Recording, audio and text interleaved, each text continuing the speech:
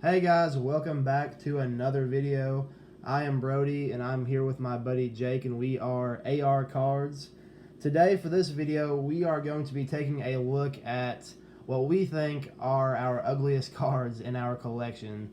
So we kind of put some of our ugliest cards together and ranked them from the least ugly to the ugliest, if that makes sense. Okay, so to get this video started, we are going to start out with this 2018 Topps Holiday Ronald Acuna rookie card. And I pretty much, this was kind of my selection. I put this in here strictly because of the snowflakes. Nothing against snow or anything, but I just don't particularly like the Topps Holiday cards that they come out with during Christmas. The snowflakes just kind of get on my nerves, but when I was picking this card up, I got it for a pretty good price like a year or two ago. So that is going to start us off with our ugliest card video.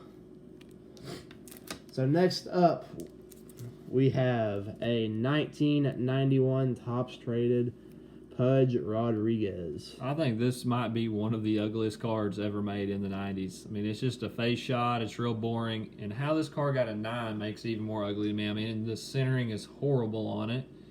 But again, I think I bought this for $3 at a shop. So for a Hall of Fame rookie and a slab for $3, I was like, well, I guess I can deal with the ugly. But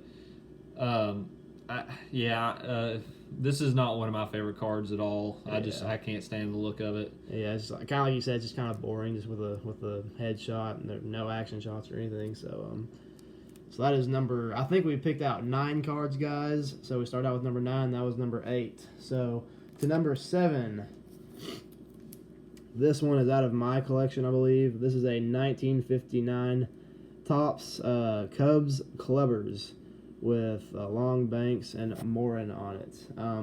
To start out with this one, I'm just not a big fan of this color scheme, me personally. Some of you guys may think it's a beautiful card, which, I mean, that is fine. I also don't really like these old SGC slabs. But just me personally, I think we kind of decided this one was a little bit faded out too, Jake. Yeah. The red and the yellow. You guys have seen this next card that I have. This one was just a little bit faded. I don't know if you guys can really tell throughout the video or not.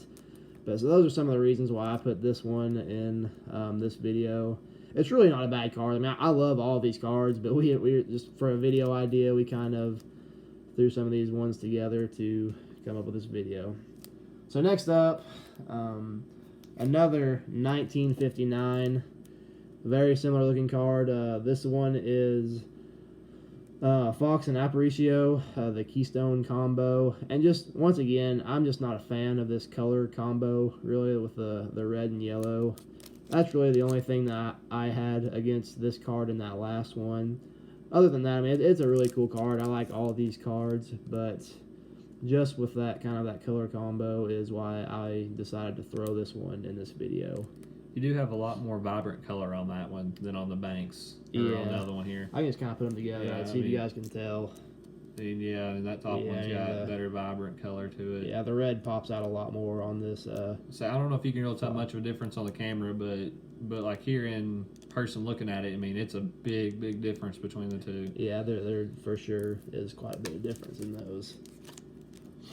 So next up, we have a 1979 Topps Ozzie Smith rookie card. Again, I had this out of my collection.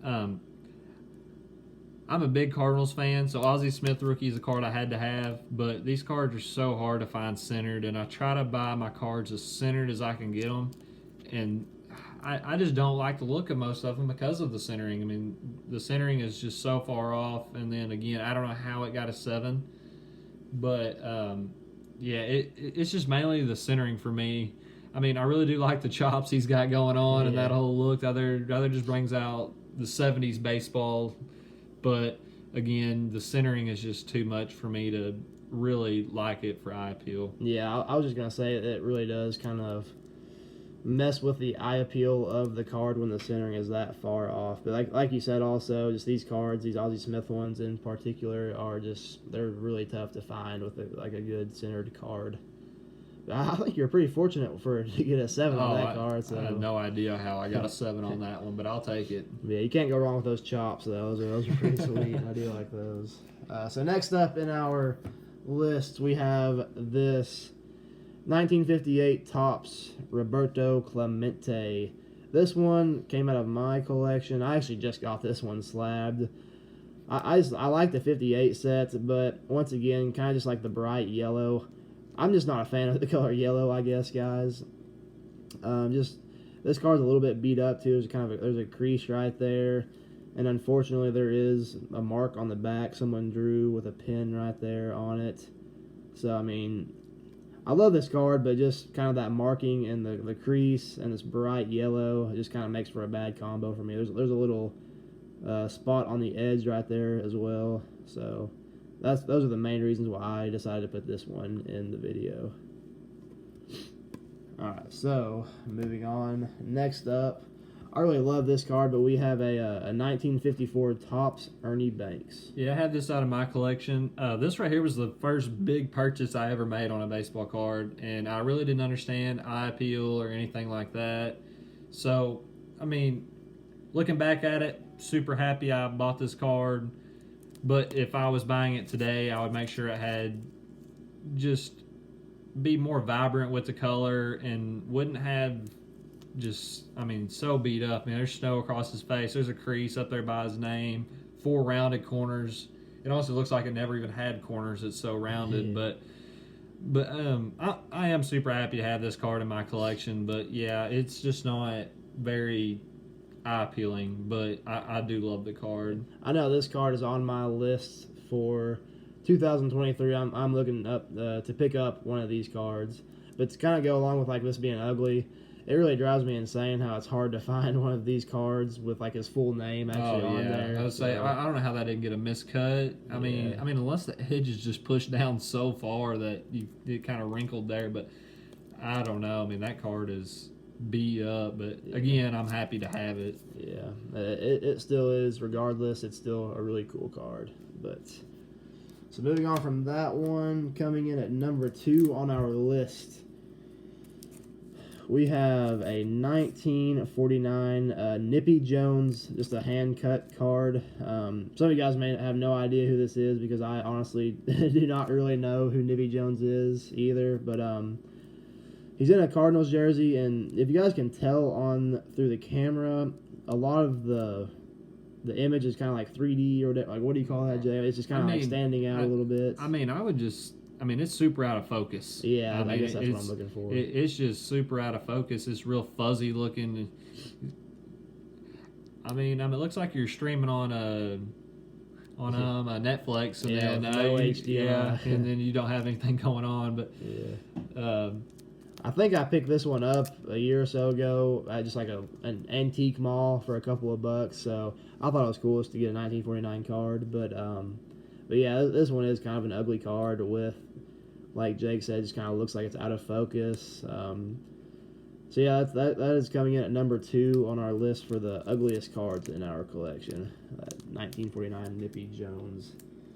So what me and Jake agreed on, coming at number 1 for the ugliest card in both of our collections, is this 1963 Topps Willie Stargell.